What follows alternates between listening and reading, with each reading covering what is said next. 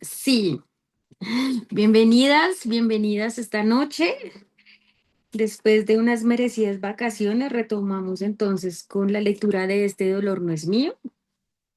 En los capítulos, en las sesiones anteriores, estuvimos hablando no solamente como de la introducción, y justamente en la reunión de introducción, que fue como de las primeras, tuvimos la posibilidad de que se conectara Jimena, que ella es terapeuta consteladora y nos aclaró como algunas dudas que teníamos acerca de este tema. También hemos hablado en las diferentes sesiones como del nivel de profundidad ¿sí? O de acompañamiento que quisiera de pronto tener cada una durante la lectura. Sabemos que pues a veces este tipo de libros puede como mover muchas fibras sensibles, ¿no? Que tienen que ver justamente con nuestra familia, con nuestra parte emocional. Entonces, digamos que estoy yo que estoy haciendo como el acompañamiento al abrir también este espacio, también como terapeuta, pero también hay dos amigas consteladoras que están en este espacio, no se pudieron conectar a esta sesión, que es por un lado Jimena, que les venía contando, que ya la conocen, ella estuvo en la primera reunión hablándonos un poco, y también está Lucía. Entonces también, si de pronto en medio de esas lecturas ustedes sienten que necesitan trabajar algo, pues pueden escribirme, yo les doy el contacto, aunque ya se los había pasado, pero si de pronto alguna lo quiere, les puedo pasar el contacto de ellas dos, que son personas recomendadas mías, amigas del alma, que son consteladoras familiares, ¿no? Jimena está aquí en Bogotá, que puede hacer consulta presencial, aunque también hace virtual. Y Lucía está en Medellín. De pronto también para quien les interese, ella también hace consulta virtual. Y de pronto para quienes siguen a Jimena, de pronto se han dado cuenta que en esta semana, no recuerdo bien la fecha, discúlpenme, ni yo reviso, tiene justamente como un taller grupal. No recuerdo si es este fin de semana o el siguiente. Esperen, y yo les confirmo por si de pronto alguna está interesada. El domingo 26 de enero, acá está, tengo la información. Hay taller grupal de constelaciones familiares presencial en Bogotá, ¿sí? Entonces, de pronto para quien se anime, de pronto a profundizar un poco más en estos temas, me cuenta y yo le envío la información de Jimena, que es como para el taller presencial que sé que está próximo, ¿no? Cuéntenme si de pronto de lo que han leído, si es la primera vez, si tienen alguna duda, pregunta, aquí podemos usar el chat justamente para dejar las preguntas de lo que necesiten, de pronto de aclaración de cosas. Entonces lo que voy a hacer es como un paneo a nivel general de el libro, ¿no? Este dolor no es mío, pues es escrito por Mark Wolin. Mark Wolin es un terapeuta eh, que se ha especializado principalmente en todo lo que tiene que ver con constelaciones familiares. Él dirige un instituto justamente de constelaciones familiares y parte de todo lo que ha escrito e investigado, pues está basado en otro psicoterapeuta que es como el precursor de las constelaciones familiares que se llama Bert Hellinger, ¿no? Entonces digamos que de ahí nace un poco todo esto. Para recordar un poco lo que hablamos en la introducción el autor justamente nos hablaba, empieza a hablarnos justamente de toda su experiencia personal y cómo a través de su experiencia es que él se da cuenta y conecta con la necesidad de sanar todo lo que tiene que ver con su sistema familiar, ¿no? Parte de su historia, que es la que él cuenta acá en la introducción, pues tiene que ver con un problema médico que él empezó a tener en los ojos y empezó a tener un problema que realmente no le dejaba ver, ¿no? No le dejaba ver bien y en medio de esa situación en la que él estaba, empezó a darse cuenta, no, eso se dio cuenta después, pero sabía que había una frase que él se repetía mucho porque eso era lo que un poco le generaba miedo, ¿sí? Porque el diagnóstico de él fue que se iba a quedar ciego en algún momento, pero había una frase, una imagen como que él todo el tiempo venía trayendo a su cabeza, que era como que estaba solo, desvalido y arruinado, ¿sí? Esa fue como una de las frases la frase principal que le empezó a tener, ¿no? Que le empezó a generar miedo. Entonces él empieza a viajar en búsqueda de gurús, de maestros, tratando de entender por qué le estaba pasando eso, ¿no? Y entre varias cosas como que encontró en su camino, por un lado fue como un gurú que le dijo que no debía ser un buscador, porque si no eso iba a llevar toda su vida, sino más bien un encontrador que le permitiera también como tener respuestas, ¿no? Eso por un lado. Por otro, entre varias de las enseñanzas que también creo que en algún momento hablamos de esa diferencia entre gurú y maestro, que también lo dice el autor, y es que había una frase que uno de estos gurús le dijo, y es que la tengo aquí resaltada porque justamente hablaba de esa frase con una amiga ayer, y es: ¿quién era yo para no tener problemas de la vista? ¿No? Y esa frase es una frase que lo conectó a él con la arrogancia, con el ego, ¿no? Porque él se dio cuenta, pues, que independientemente de cómo estaban sus ojos, eso no podía determinar cómo se sentía él, ¿no? Entonces, eso fue como parte de lo que él empezó a descubrir, ¿no? Luego,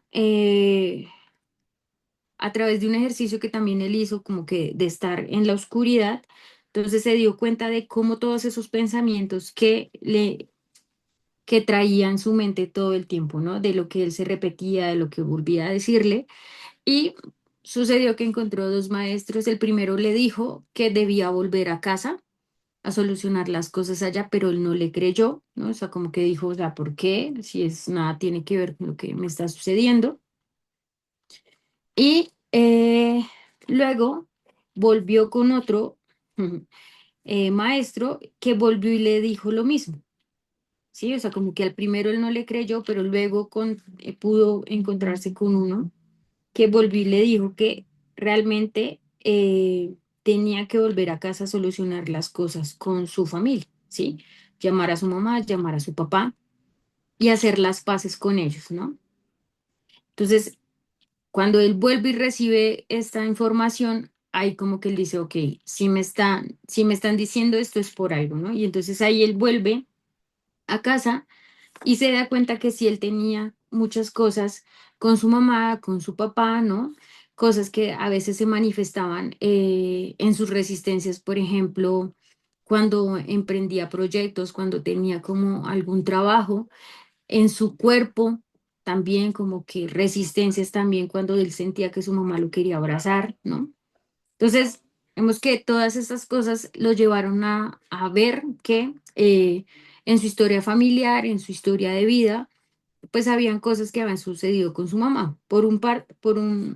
Digamos que eh, una de las primeras cosas que él vio fue que su mamá, cuando lo tuvo, cerca de cuando él ya tenía cerca de 3 semanas de nacido, pues lo separaron de ella porque la mamá tuvo que irse del hospital. Entonces ahí empieza a ver como esa separación eh, que tuvo con su mamá de manera inconsciente en él, ¿no? Y luego también, pues porque la mamá, cuando él ya empieza como a contactar de nuevo con la mamá, empieza a descubrir ciertas historias y entre eso de que no solamente como que la mamá tuvo que ser hospitalizada, también la mamá recuerda que cuando él nació lo tuvieron que sacar con forceps y eso le generó como unas hendiduras en el cráneo cuando él estaba muy chiquito y eso le generó ciertas resistencias o rechazo a la mamá cuando él estaba pequeño. Entonces como que todo eso a nivel inconsciente quedó, ¿no? Y todo eso sirve, el autor lo usa para mostrar que existe un lenguaje secreto del miedo, ¿sí? Un lenguaje secreto que fue, por ejemplo, esas palabras que él sintió justamente cuando empezó a quedarse ciego, que fue que se sentía solo, desvalido y arruinado, ¿no? Y son los sentimientos que habían acompañado esas palabras que lo habían llevado como por, así decirlo, como por el mal camino, ¿no? Y que se dio cuenta de todo lo que tenía que sanar tanto con su mamá como con su papá y que al final como que él se dio cuenta que independientemente de lo que sucediera con su ojo, ¿no? O sea, eh, eso pasó como a un segundo plano, aunque sí sabemos que pues él recuperó efectivamente la vista, ¿no? Y volvió a ver, ¿no? Entonces, como que dejó de pensar en lo que estaba pasando con eso para concentrarse en lo que tenía que sanar, pero luego recuperó la visión, ¿no? Aquí Gloria estaba diciendo que lo habían marcado, sí, total. Entonces, acá él empieza a hacer énfasis en la parte de la introducción y que luego va a ser parte de lo que él va a profundizar en en la parte 2 del libro sobre la importancia de el planteamiento del lenguaje nuclear, ¿sí?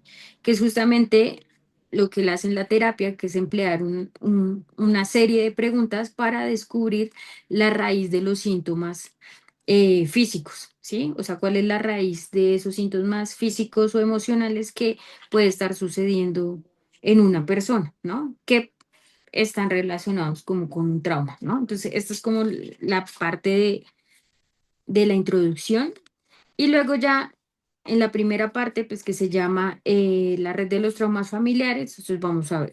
El capítulo uno, que son traumas perdidos y encontrados, pues en este, él empieza a relatarnos como, pues primero como que dice que Freud había investigado y en una de sus investigaciones, él dice que hay una cierta compulsión de repetición y es como si nosotros estuviéramos repitiendo siempre la misma historia hasta poderla sanar, o sea, como para poder, hasta tener que, hasta poder hacer las cosas bien, ¿sí? También nos dice que eh, eso empieza a suceder y que pues también lo investiga un poco Jung, ¿no? Y es que pues esto sucede de manera inconsciente, no es como que uno de manera consciente quisiera que estas cosas sucedieran, sino pues obviamente todo esto es desde el inconsciente, ¿no? Entonces, cuando sufrimos nosotros ciertos traumas, ciertos aspectos de nuestro cerebro pues quedan afectados y eso es lo que a veces también le cuesta hablar a una persona frente a lo que sucedió. Por eso es necesario hacer como esas preguntas para que las palabras, las imágenes salgan, ¿no? Porque en una parte también del texto le explicaba justamente que cuando sucede un trauma o sucede una situación como que la persona queda ahí como en una pausa y pues que no es tan fácil hablar de eso, pero eso queda en el inconsciente y a veces como que muchas cosas se omiten, pues claro, también como por sobrevivencia, ¿no? Entonces, como que es, por eso es importante, aquí también lo que está diciendo Kate, que es justamente darle la voz, sacar esa luz, a la luz ese trauma también a nivel familiar. Aquí él menciona muy brevemente algo que ya va a explicar en el segundo capítulo, y es cómo desde los estudios de la epigenética nos damos cuenta que explorar la historia familiar es necesario también hasta 3 generaciones, porque allí justamente podemos entender estos traumas familiares o sufrimientos que se repiten, ¿no? Aquí no sé, en este capítulo él habla de la situación de Jessie, ¿no? Creo que se pronuncia así, de que era una persona que empezó a tener dificultades para dormir, ¿no? Y había como una frase que se repetía, era como que sentía que si se dormía no iba a volver a despertar, ¿no? Y en esto,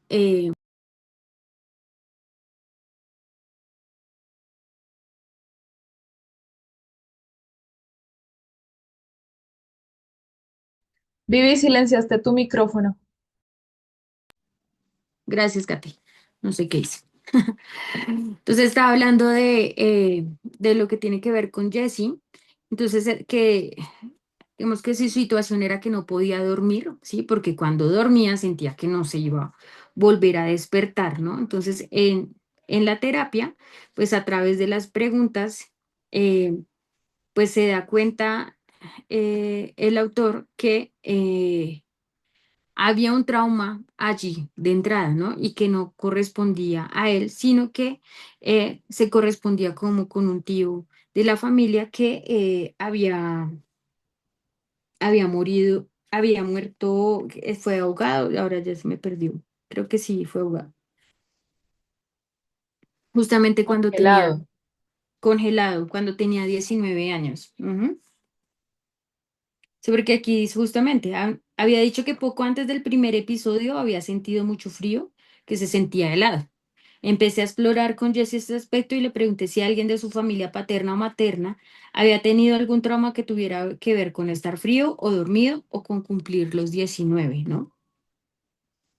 Entonces, y ahí fue cuando él se dio cuenta que un tío a los 19 años había muerto congelado en una tormenta, ¿no? eh, como en unos territorios en Canadá, pero esa muerte había sido tan traumática que la familia había decidido no pronunciar ni siquiera su nombre, ¿sí? O sea, como no se habla de Bruno, o sea, así tal cual, ¿sí? Entonces, aunque si bien ese tío, pues era lejano, él nunca lo conoció, pues él empezó a repetir justamente esta situación, ¿no? Entonces aquí también, pues él habla aquí toda la parte de como la explicación a nivel del cortisol, ¿no? Que es la hormona que nos ayuda a volver a la normalidad. Y él dice justamente que pues las personas que han sufrido un trauma, eh, pues pierden como esa capacidad pierden como los niveles justamente de cortisol y que eso también se hereda, ¿no? Que es parte de lo que profundiza en el siguiente capítulo también, ¿no? Luego nos habla digamos, de otro ejemplo, ¿no? De otra paciente que se llama Gretchen, ¿no? Y en el caso de Gretchen lo que sucedía es que ella no tenía ganas de vivir, ¿sí? O sea, como que desde que ella recordaba, siempre había tenido esa sensación. eh, de que no quería vivir, tenía demasiados impulsos suicidas, ¿no? Había estado en hospital psiquiátrico, había estado con medicación, ¿no? Siempre como con este deseo de autolesionarse, ¿no? Entonces, cuando ya fue a terapia con él, pues él se da cuenta, pues, que había un trauma fuerte allí, ¿no? Que estaba sucediendo. Y entre las preguntas, cuando él empieza a indagar qué es lo que sucede, sale la frase de Gretchen, que en el caso de ella era que sentía, o sea, como las que más le llamaron la atención era evaporarse e incinerarse, ¿sí? Entonces, cuando explora en su historia familiar, pues se da cuenta que en su familia había emigrado a los Estados Unidos, ¿no? Era una familia judía, ¿no? Que había justamente como eh, pasado por todo este horror de los hornos de Auschwitz, ¿sí? Justamente su abuelo había muerto allí, su abuela había logrado llegar como a los Estados Unidos, ¿no? Y entonces ella empieza a darse cuenta que eso que ella sentía hacía parte de lo que había sentido también su abuela, esa depresión, esa ansiedad, ¿no? Y justamente los diferentes, o sea, porque no fue solamente un familiar que perdió la vida, sino varios, ¿no? Entonces, cuando ella empezó a entender esto, se dio cuenta pues que también eran las sensaciones que sentía también en su propio cuerpo acerca de su abuela, ¿no? Y, y entre las sensaciones que tuvo su abuela era como es la pérdida, el duelo, la soledad, ¿no? Ese aislamiento. Y también algo que es interesante que el autor pronuncia ahí, y es como esa sensación de culpabilidad por haber ella sobrevivido y los demás no, ¿no? Entonces también ella digamos que la paciente en este caso, pues ella se empezó a dar cuenta que esos deseos de muerte realmente no eran suyos, sino era de su abuela, ¿no? Entonces, tanto en el caso de Jessie como de Gretchen, pues todos esos traumas habían sido enterrados en la historia familiar, una historia familiar que nadie había hablado, ¿no? Que había estado callado, pero que, digamos que al darle un poco de luz, pues había sido el primer paso también como para su proceso de sanación, ¿no? Entonces, algo interesante que es con lo que cierra este capítulo es que pues no solamente como que se hereda eh, como a nivel biológico todos los sucesos de estrés y de dificultad y en toda la parte emocional, sino que también se puede heredar toda la parte de fortaleza, de fuerza y de resistencia que también eh, nuestra familia también ha tenido, ¿no? Que a través de generaciones también han sucedido justamente para sobrevivir a diferentes situaciones, ¿no? Luego viene el capítulo 2, que es la parte de las tres generaciones de la historia familiar compartida, el cuerpo familiar, que era lo que mencioné ahorita hace un momento. Y es que de acuerdo a las investigaciones y lo que dice el autor, es que compartimos con nuestra familia o digamos que nuestra historia familiar comenzó mucho antes de que nosotros fuéramos concebidos, ¿no? Y compartimos un espacio-tiempo con nuestra abuela, ¿no? Estuvimos en el vientre de nuestra madre cuando éramos como en los ovarios de nuestra madre cuando ella estaba en el vientre de la abuela, ¿no? Entonces, antes de que naciera nuestra madre, pues ya estábamos, digamos que estábamos compartiendo el mismo cuerpo con nuestra abuela. Entonces, es como si abuela, madre, hija, estuviéramos en el mismo entorno biológico, ¿no? Entonces, esa es parte de la explicación, ¿no? Para decirnos que, pues, todas las emociones que pudo tener la abuela, ¿no? O que pudo tener nuestra madre, tanto como el miedo, el dolor, la ira, la esperanza, pues se transmite a sus hijos, ¿no? Desde la genética. Y para eso, creo que este es el capítulo que he visto que es como más científico, por así decirlo, de términos y eso. Creo que yo les compartí en un momento, creo que sí se los compartí, donde está como la explicación de cada uno de los términos de epigenética y todo esto. Eh, Porque esta es como la parte que siento que más a nivel científico la explica, justamente para mostrar esos cambios heredables en la función genética, ¿no? A nivel porque dice, pues claro, heredamos de nuestros padres todas digamos que la parte física, el color de los ojos, el pelo, sí, la piel, ¿no? Pero es solamente el porcentaje, ese es el mínimo, ¿no? Lo que más hereda realmente es toda la parte emocional también, ¿no?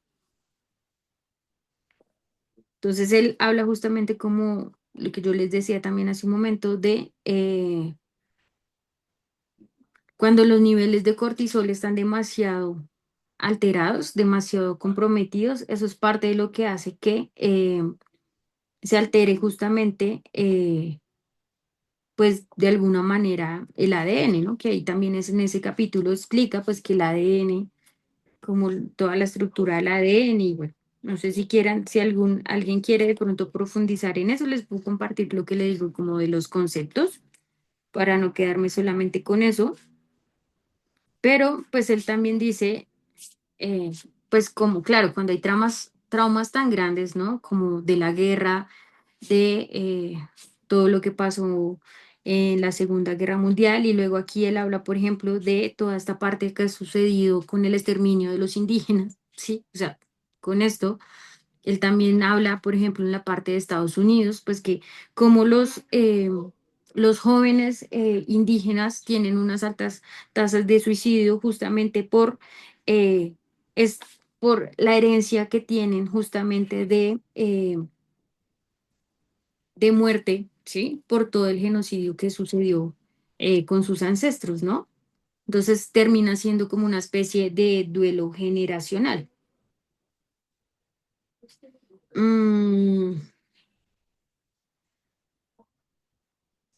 bueno, aquí, por ejemplo, aquí dice, mira, que es un poco para complementar lo que les digo de la epigenética, y es que dice, digamos que el autor de todas estas investigaciones se llama Yehuda y dice, cree que las modificaciones epigenéticas inducidas por el estrés que heredamos de nuestro padre se produce antes de la concepción y se transmite por el esperma del padre, ¿sí? O sea que también, digamos que no crea. pensemos que solamente, digamos que desde la parte materna, sino también desde el padre, ¿no? Están ambos aspectos relacionados allí, ¿no?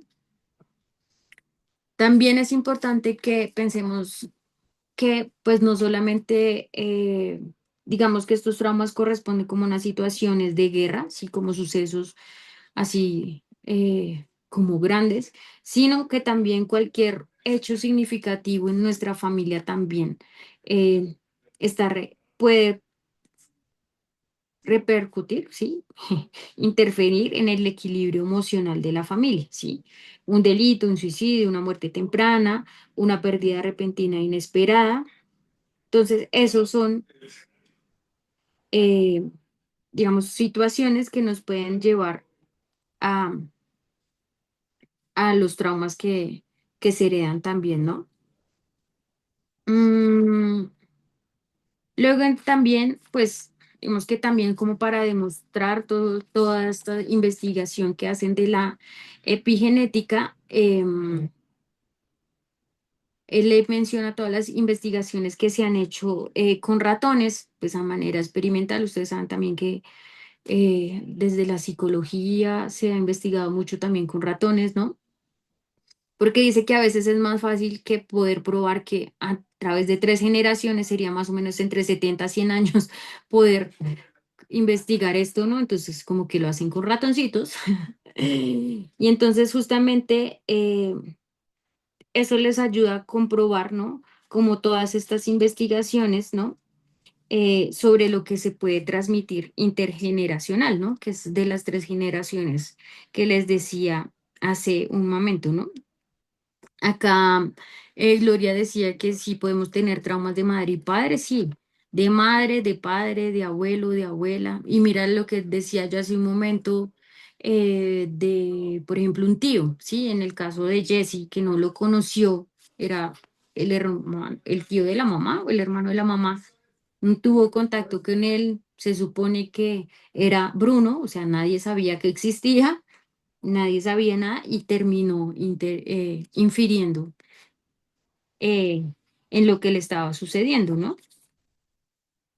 Mm, entonces, mira lo que dice acá. Dice, por ejemplo, y además que en la parte última él dice que en la Biblia, por ejemplo, hay una parte en que mencionan esto y es que, eh, pues él lo llaman pecados, está tomado de la Biblia, dice los pecados, las iniquidades, las consecuencias de los padres pues depende también la traducción, dice él, pueden afectar a los hijos hasta la tercera y la cuarta generación, ¿sí? Digamos que él dice, mira, hasta en la Biblia dice, ¿no? Pero bueno, eso también está demostrado de las investigaciones de los efectos transgeneracionales de los traumas, ¿no? Pero bueno, digamos que esto es manera como de ilustración. Ya luego en la parte, en los capítulos que siguen, pues él también dice Vemos que plantea el panorama en general, las investigaciones y esto, pero luego nos va a empezar como a dar herramientas para salir un poco de eso, ¿no? Y para entenderlo también un poco mejor.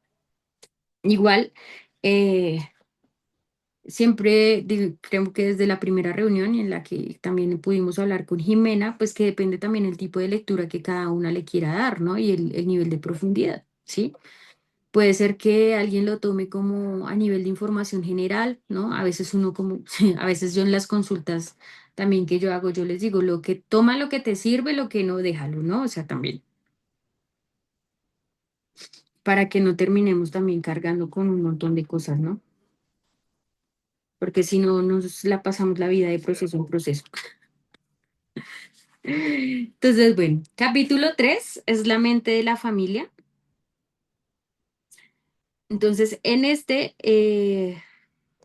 empieza a explicarnos de manera como más profunda justamente cómo nosotros podemos, cómo repercute en cada uno de nosotros esta herencia también familiar, ¿no? Lo que les decía de cómo también desde el momento de nuestra concepción se da forma también al cerebro, a la personalidad, ¿no? Al temperamento y cómo estas pautas no solamente se aprenden, sino que en especial se transmiten, ¿no? Entonces habla justamente del desarrollo neuronal, ¿no? De cómo a veces pequeñas cosas uno podría decir o podría pensar, ¿no? Que un bebé que lo separan porque su mamá pues tuvo que ir al hospital, o sea, digamos que la mamá no murió, no pasó algo grave, más allá, pues uno diría, pero pues qué bobada, o sea, no pasaron sino 3 semanas, ¿no? Pero pues a nivel de, como es instinto de supervivencia del bebé, ¿no? Entonces, para el bebé puede sentirse que estuvo en una situación de peligro porque se sintió desprotegido, ¿no? O sea, como que desde la perspectiva del bebé y del niño es, eh, es otra cosa, ¿no? Entonces es como si el niño se rindiera a la vida, ¿no? Aquí dice, el bebé sufre la abstinencia, lo que está diciendo Gloria, ¿no? Mm, y luego acá, pues él dice que a veces esas cosas, pues no solamente a veces se atraen de manera inconsciente, sino porque puede ser, por ejemplo, en el caso de él dice, yo sentí que mi mamá me abandonó, sí, o sea, como que había una cierta resistencia ahí a él también, porque lo que le pasó con el forceps, que quedó ahí como deforme, el cráneo hundido, ¿no? Pero aparte de eso, pues claro, cuando empezó a investigar en su historia familiar, también se dio cuenta que su mamá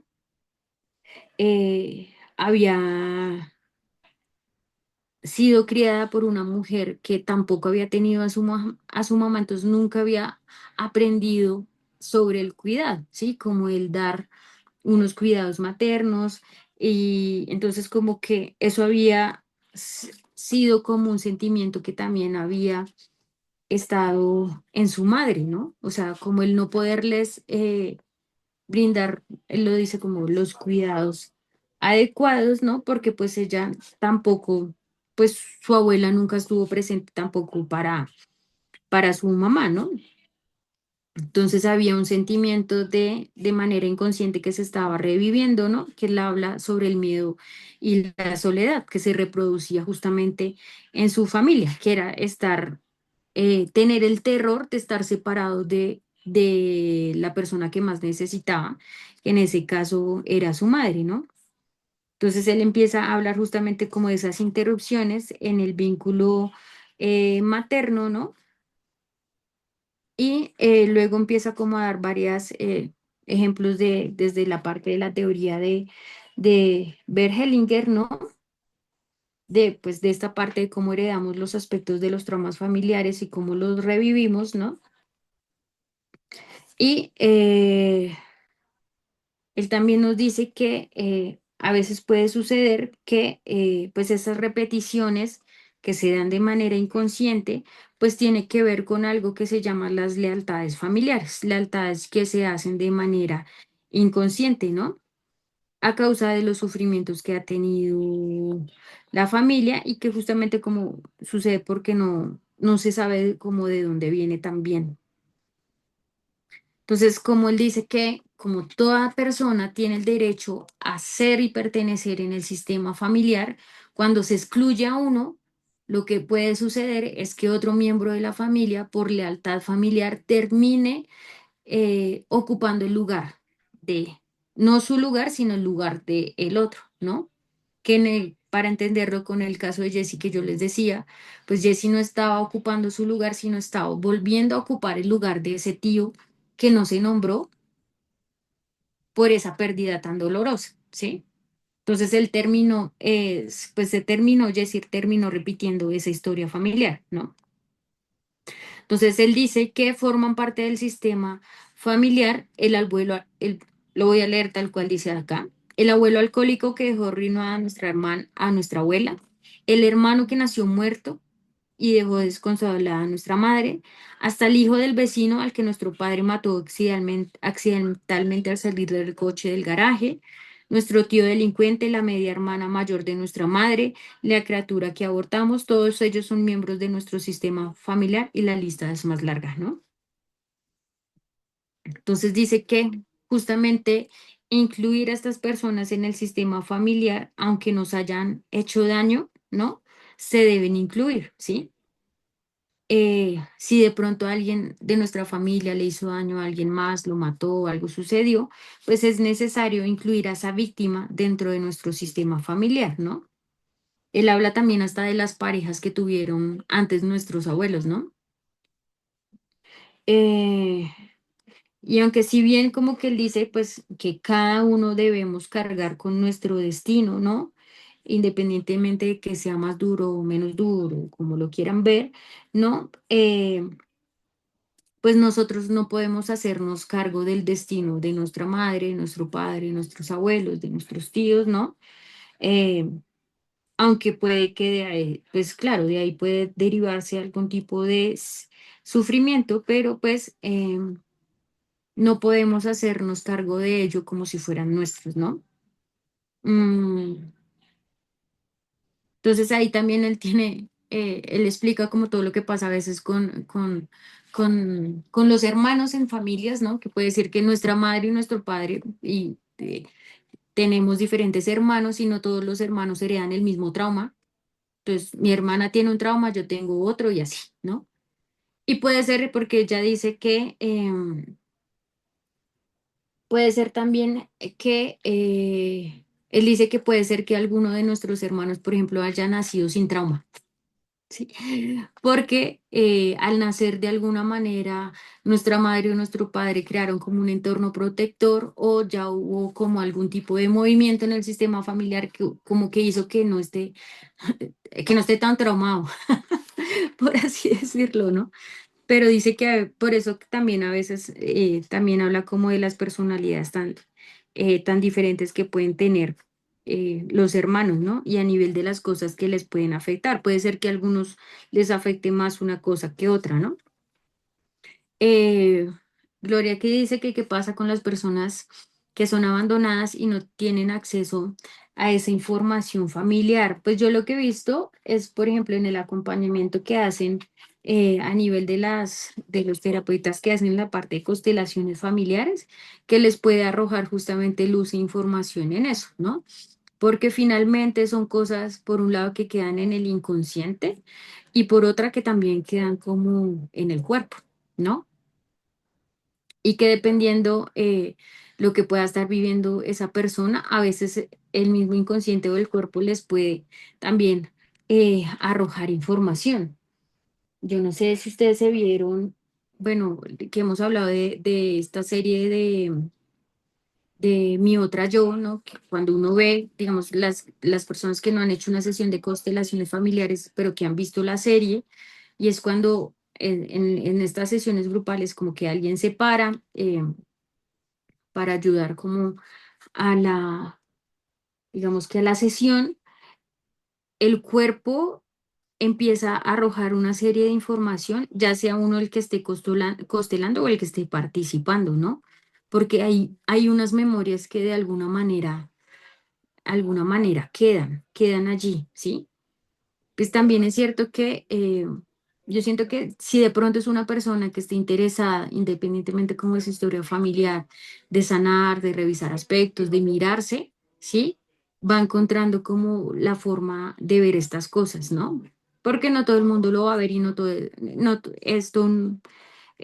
muchas personas no creen en esto, ¿no? O sea, entonces como que también depende el trabajo y la mirada que se quiera hacer también hacia adentro. Mm, Luego, siento que hay una parte así bonita para finalizar esta parte del capítulo 3 y es pues que también está el otro lado, ¿no? Como las imágenes curadoras, ¿no? Que también podemos traer a nuestro cerebro para eh, afrontar todo esto de los traumas familiares también, ¿no?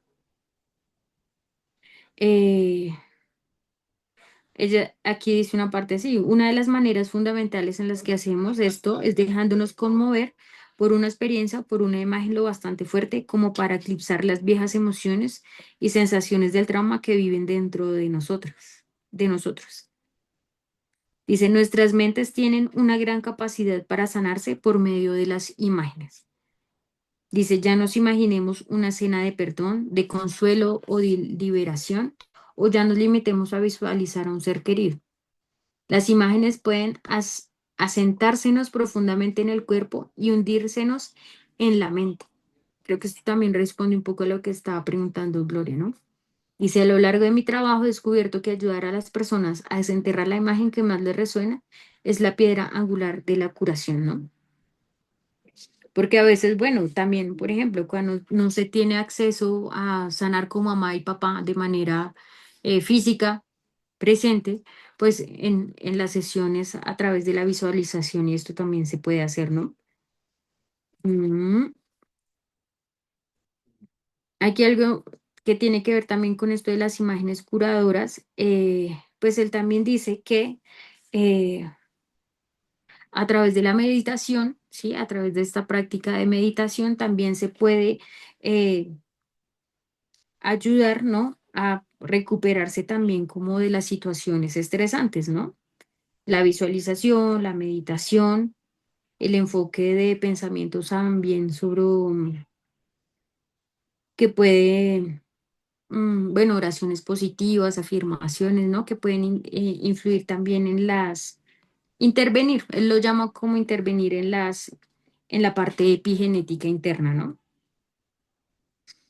Eso también dice que puede producir un entorno para que la epigenética ayude en nuestro proceso también de curación, para que se generen también como nuevas redes neuronales. Dice, aquí al final del capítulo igual dice, ¿no? Es probable que no tengamos una vida completamente libre de traumas, ¿no? Eh, sino que los traumas como que andan buscando un terreno firme para resolver, ¿no? Lo que vendría para las generaciones futuras, ¿no?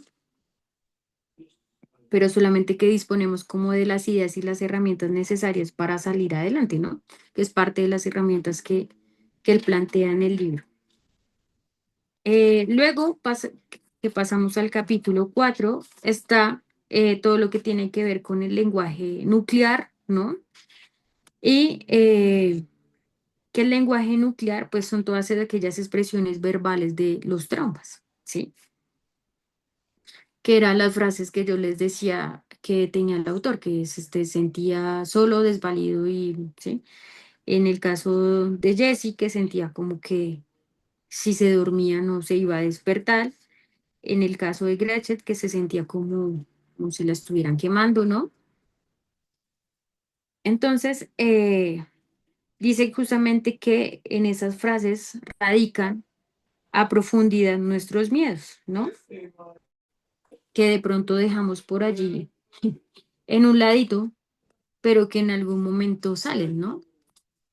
Mm, y dice que, pues a veces lo que sucede es que nosotros, en vez de hacer el rastreo de esas palabras para ver qué es lo que nos quieren mostrar, qué es lo que necesitamos sanar, pues a veces recurrimos justamente a la medicación, a la comida, ¿no? A los excesos, al tabaco, al sexo, al alcohol, ¿sí? A la distracción para buscar una salida, ¿no?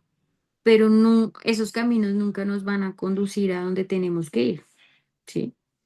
Eh, pero él dice como que esas, ese lenguaje nuclear es como, como cuando Hansel y Gretel van dejando como esas migajas en el bosque como para poder volver hacia casa, o sea, para poder encontrar el camino. Entonces, es así como unas migajas eh, que van quedando allí en el camino, ¿no? Y por eso luego es que recurre a esta explicación de la memoria, ¿no? De la memoria inconsciente, ¿no? Donde dice que pues una parte está como esta memoria que nos ayuda a hacer las cosas de manera automática, ¿no? O sea, como que si uno aprende a manejar, pues ya luego lo hace de manera automática, montar bicicleta, esto, sí, o sea, como que yo no tengo todo el tiempo que estar pensando en esto, ¿no? Que simplemente como que va sucediendo, ¿no? Pero todas las experiencias traumáticas quedan es en otro tipo de memoria, que es la memoria no declarativa, que así como lo dice, pues que no se puede expresar, sino que queda por allí. metida, ¿no? Haciendo parte de nuestro inconsciente en un gran almacén donde están todos nuestros recuerdos traumáticos, ¿no? Entonces allí es donde queda como todas estas migajas que les digo del lenguaje, ¿no?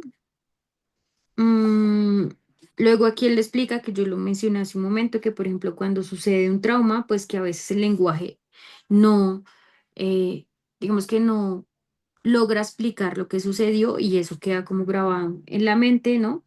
Y que lo que sucede es que más bien el inconsciente termina siendo como, mm, como queda tan guardado allí, pero que quiere como que nosotros lo saquemos de alguna manera, ¿sí? O sea, como que quiere que saquemos como, tiremos todo al piso para poderlo escuchar, ¿no? Para poderse ver, ¿no? Y aparece a veces en lenguaje y a veces ni siquiera nos damos cuenta, ¿no? Aquí, bueno, dice Gloria, como que deja una impronta, ¿no? Mm,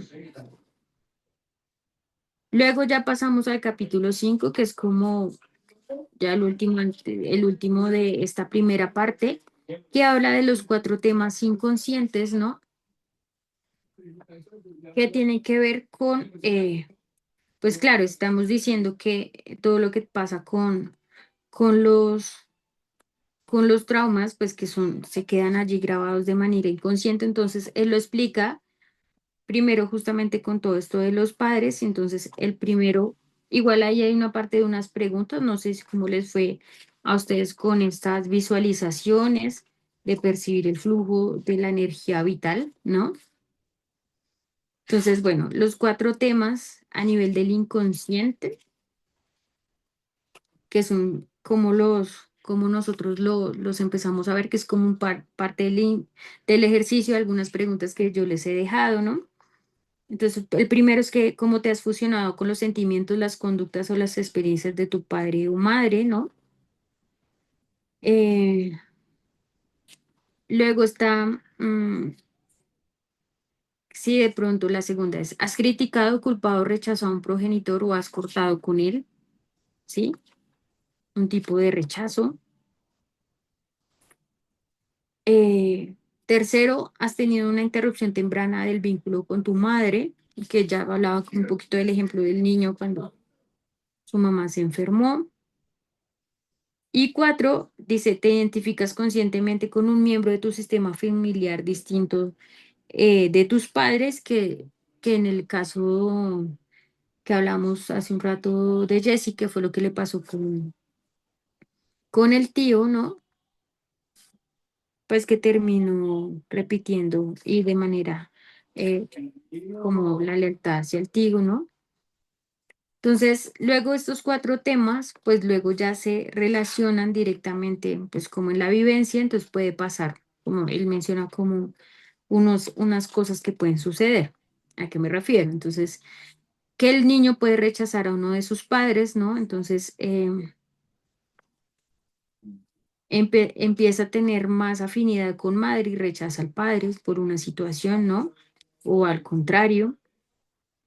Mm, Luego dice, el niño puede sufrir la interrupción del vínculo con la madre, ¿no? Entonces, puede ser que de pronto el niño estaba pequeño, su madre tuvo una pérdida, entonces tuvo como una interrupción en ese vínculo con su mamá, ¿no? También dice, el niño puede fusionarse con el dolor de la madre o del padre, ¿no?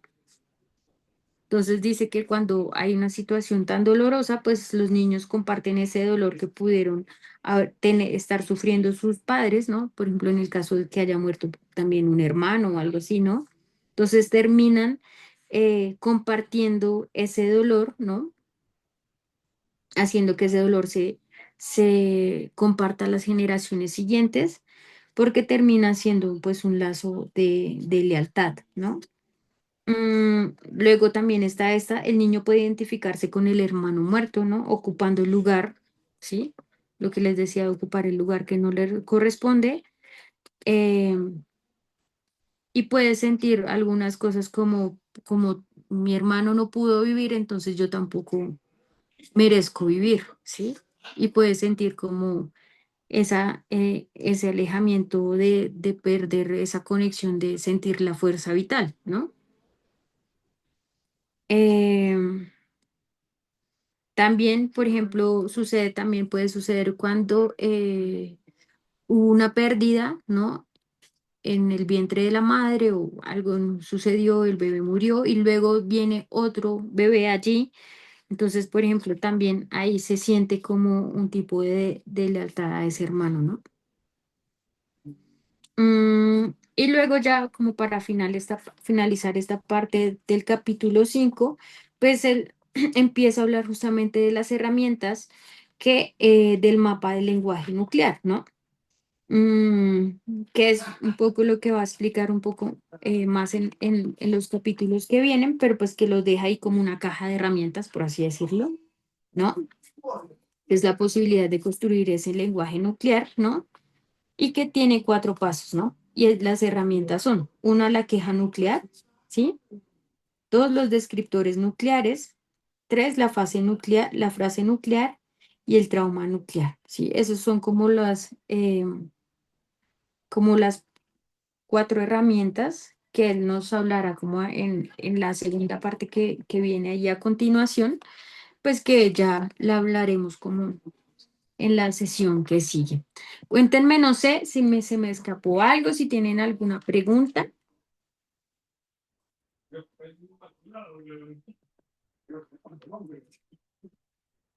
de esto que hemos hablado. A ver si.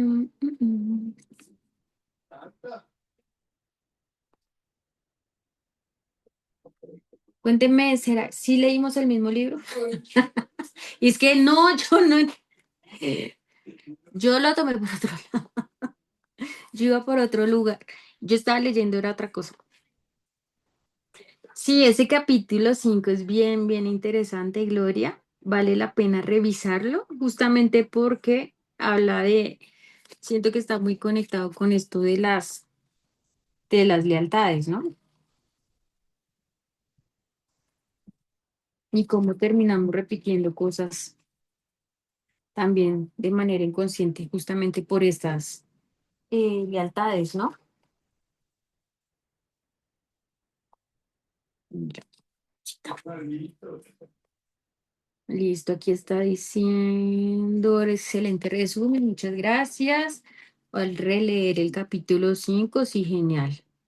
Genial, ese capítulo es chévere. Igual, si quieren, les puedo compartir nuevamente como los conceptos que les estaba diciendo eh, de toda la parte de epigenética, porque sé que algunas que están conectadas aquí en el club son terapeutas y de pronto les interesa como esta parte para quienes que sean así como más conceptuales, que les guste entender todo esto, les puedo compartir em, los conceptos. No, Gloria dice que no los compartí, yo no sé por qué pienso que sí. Además que se me borró mm, como todos los chats, pero bueno, no importa. Yo lo tengo, así que se los puedo compartir. Lo que les digo es como una,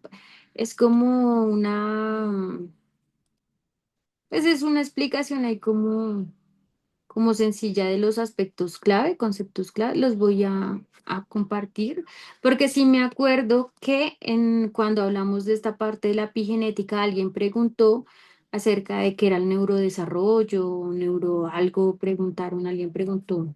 Entonces creo que por eso fue que yo... eh, ok, bueno, listo, listo, listo, listo. Vale. Igual trato también de compartirles algunos de los apuntes también que tengo de las lecturas. También si tienen alguna pregunta, también me la pueden ahí compartir y la vamos revisando, ya sea que sea de el capítulo que viene, que les decía la segunda parte del capítulo 6 la queja nuclear. Más o menos no está tan largo.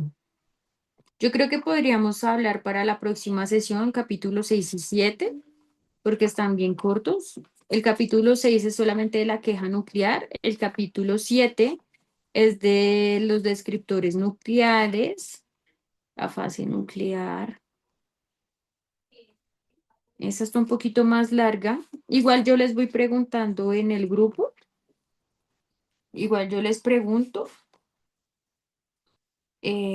porque sí veo que en el capítulo 8 hay varios ejercicios y en el capítulo 7 también. Entonces, bueno, igual si sienten que los ejercicios tienen alguna duda, alguna pregunta, pues me escriben, porfa, y en lo que les pueda ayudar también ahí lo vamos resolviendo. ¿Listo? Muchas gracias por conectarse, gracias, gracias, me alegra mucho volverlas a ver. Jenny, no la vi, pero sé que está ahí. Lili, gracias por conectarse, las que están ahí, vieja guardia, desde el libro anterior, las que se han conectado desde ahorita, así que gracias, gracias. Muchas bendiciones, la que puedan poner la cámara y ahí tomamos una foto así, para que se conecten. Gracias, Lili. Dice Lili, gracias. A ver, yo tomo la foto. Gracias, ya se las mando. Que pasen bonita noche, que descansen. Chao, Carolina. Chao, Pati. Gracias, Erika. belleza, chao. Bendiciones. Chao, chao.